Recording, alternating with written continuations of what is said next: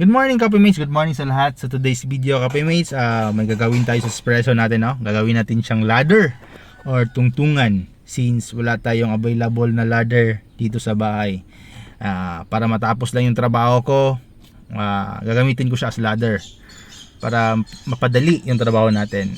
Namimintura kasi ako ng roof ng garahe ni Kape, no? Since nag-start na kasing kumalawang. So, no choice tayo. Wala tayong ladder, so may roof rack. So why not, 'di ba? So ayan, pinupinturahan ko na.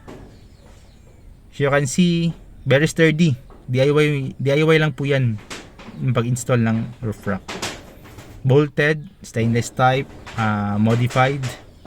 Nandun na po sa channel lahat kung gusto niyo makita. As well as maintenance, nandun na po lahat. So ayan po. Yung ano din natin, yung espresso din natin is graduate na din po pala from 5 years na pag-utang natin sa car loan. Hopefully, thanks God, natapos din. So ayan, so sa lahat ng sumusuporta sa akin, no? Sa lahat ng sa mga subscribers natin as well as yung mga viewers natin, thank you so much. Kayo po yung bumubuhay sa channel. Kung wala kayo, wala itong channel na ito.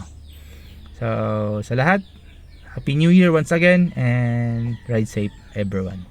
Thank you.